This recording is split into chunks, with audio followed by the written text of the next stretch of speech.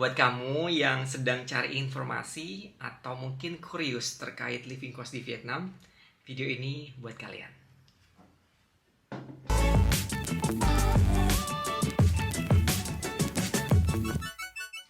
Halo, xin chào dari Vietnam dan selamat datang kembali di channel Aris Venture.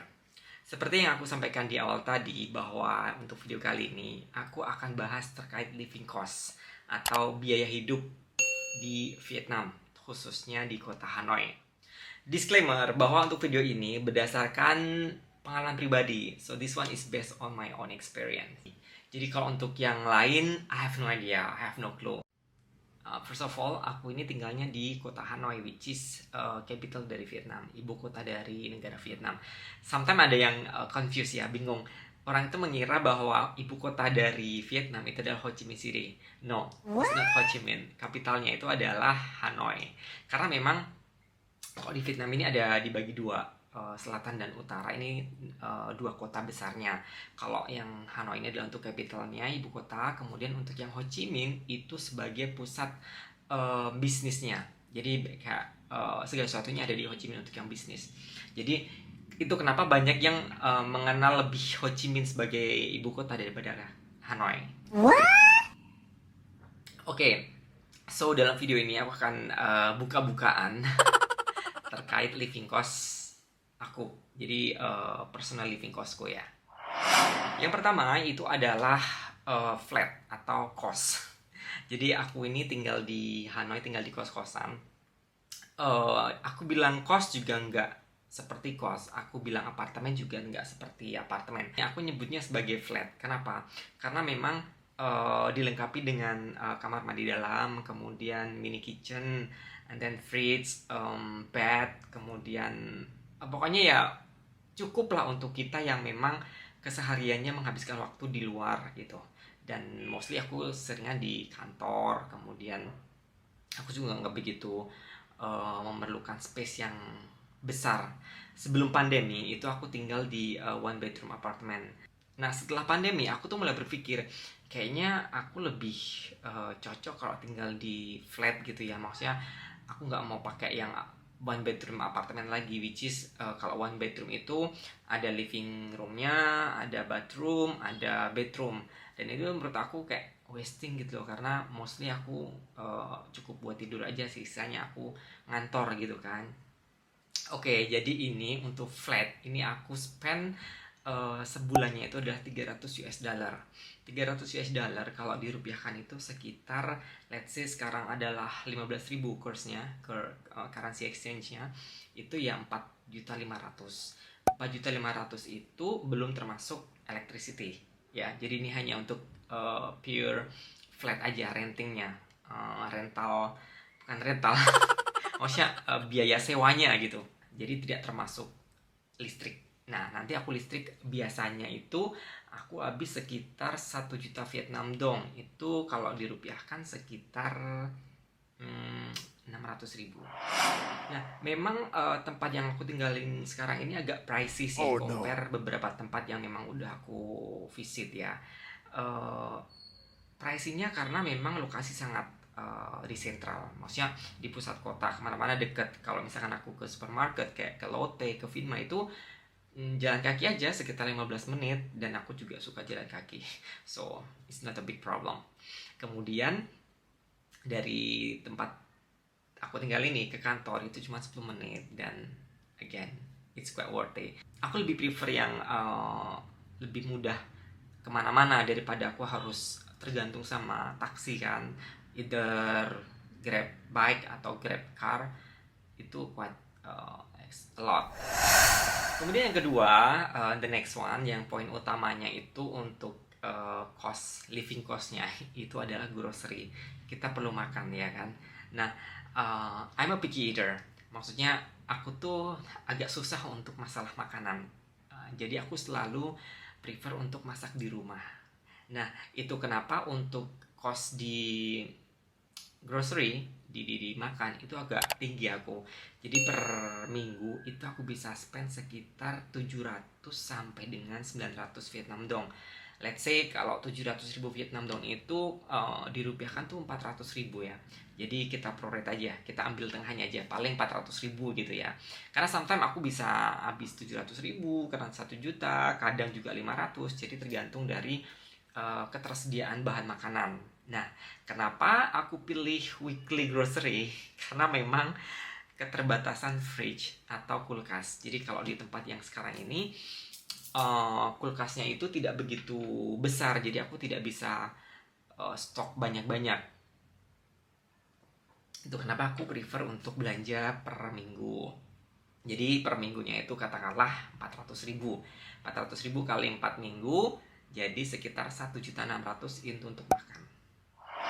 Oke, the next one, yang nomor 3 itu adalah terkait dengan internet. Kalau saat aku di rumah, itu tidak perlu bayar internet karena memang sudah termasuk dan itu unlimited. Kemudian kalau untuk yang di mobile, untuk yang di handphone pasti aku butuhkan. Nah, good newsnya di Vietnam ini adalah untuk harga paketan internet itu menurut aku super duper murah.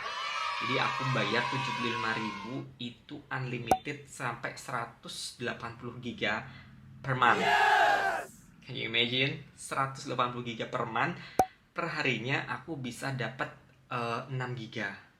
Kebayangkan 6 giga mau buat apa? Karena di rumah udah ada wifi, di kantor ada wifi. Jadi paling kok pas lagi di luar aja gitu kan.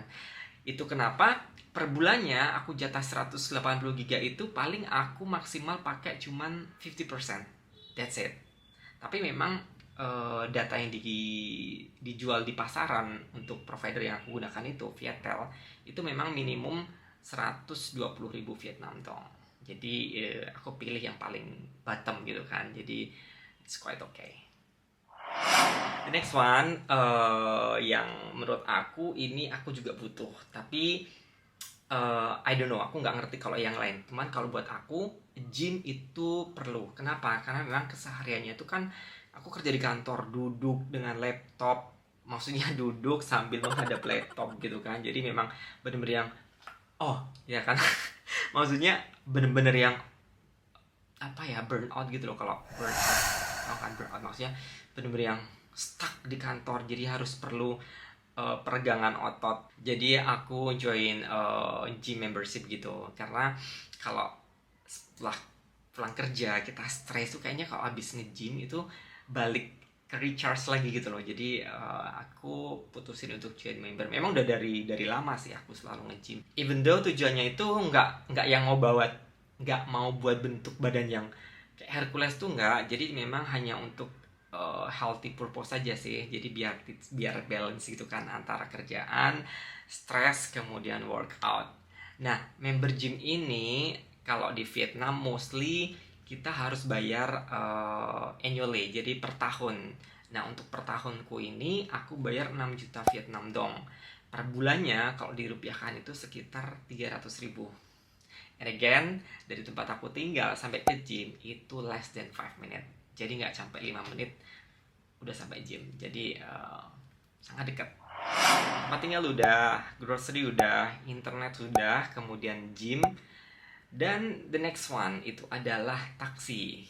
Even though aku mobilitasku itu selalu pakai kaki, maksudnya jalan kaki, itu aku tetap sometimes aku perlu ketemu klien, kemudian aku juga sometimes ketemu temen atau mungkin sekedar nongkrong atau makan di luar, itu sometimes aku pakai taksi, online taksi. Nah, kalau yang tipku nih, kalau misalkan kalian di Vietnam, kalau jarak dekat it's okay pakai Grab bike. Satu lagi Gojek bike it's okay. Tapi kalau perjalanan jarak jauh more than 2 km itu aku suggest pakai mobil. Kenapa? Karena memang untuk tingkat kecelakaan di Vietnam ini agak tinggi, dan to be honest mereka itu drivingnya cowboy. Jadi aku nggak rekomen untuk pakai Grab bike ya. Nah, kalau dihitung-hitung kurang lebih per bulannya itu aku ngabisin buat taksi itu sekitar 500.000 Vietnam dong. Kalau rupiah itu sekitar 300.000. Tapi ini di luar dari kerjaan ya. Karena kalau yang berhubungan dengan kerjaan nanti bisa di-reimburse ke kantor. Jadi memang ini pure untuk personal expense. Biasanya aku habis sekitar 300.000 Vietnam dong. 500.000 Vietnam dong. Kalau rupiah itu 300.000 rupiah. The last one yang pengen aku share itu adalah entertain. Jadi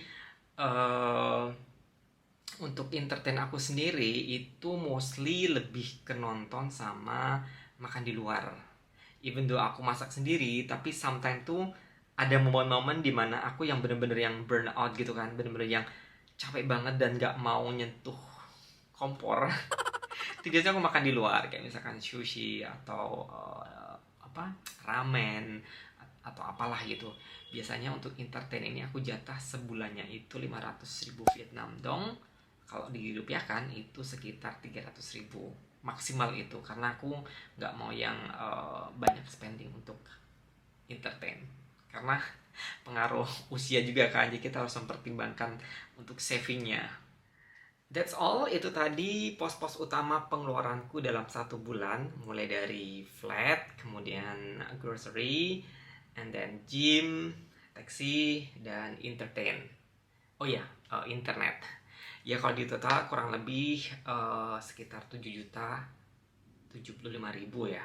More less ya. Jadi ini adalah biaya estimasi saja. Sometimes bisa more a bit or less a bit.